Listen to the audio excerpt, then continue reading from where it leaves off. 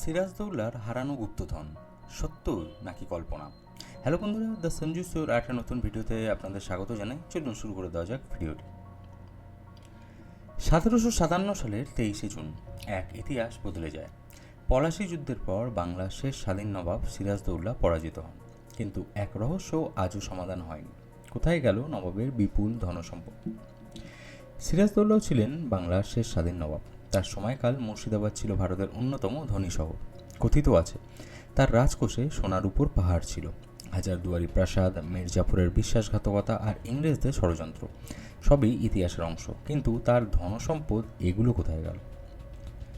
পলাশী যুদ্ধে সিরাজের পরাজয়ের পর ইংরেজরা রাজপ্রাসাদে ঢুকে পড়ে, কিন্তু তারা আশ্চর্য হয়ে যায়, বিশাল রাজকোষের কোনো অস্তিত্বই নেই।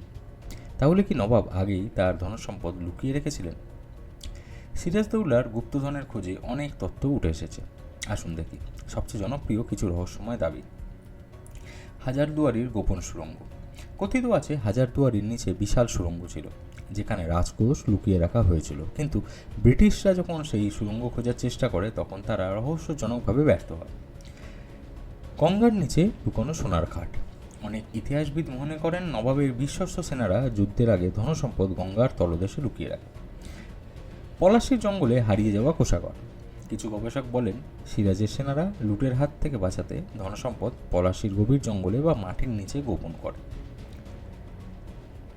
শুধু কিংবদন্তি নয়, অনেক গুপ্তধন শিকারী ও ইতিহাসবিদ নবাবের লুকোনো ধন খুঁজতে চেষ্টা করেছেন। 1980 সালে একদল গবেষক হাজারদুয়ারির নিচে স্ক্যানিং চালায়, কিন্তু কিছুই খুঁজে পায়নি। বেশ কয়েকবার গঙ্গার নিচে খননের চেষ্টা করা হলেও সঠিক প্রমাণ কিছুই মেলেনি। কথিত আছে কিছু গ্রামের লোক এখনও বিশ্বাস করে যে মাটির নিচে অমূল্য সম্পদ লুকিয়ে আছে, যারা স্থানীয় অবশ্যই। এর উপসংহার কি? এটি সত্যি নাকি কল্পনা? তাহলে কি সিরাজদৌল্লার গুপ্তধন শুধুই এক রহস্য, নাকি সত্যিই কোথাও লুকিয়ে আছে? হয়তো একদিন প্রযুক্তি ও গবেষণার সাহায্যে এই রহস্যের সমাধান হবে।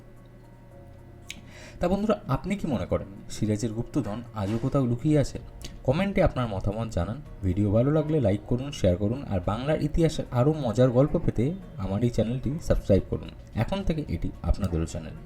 ধন্যবাদ।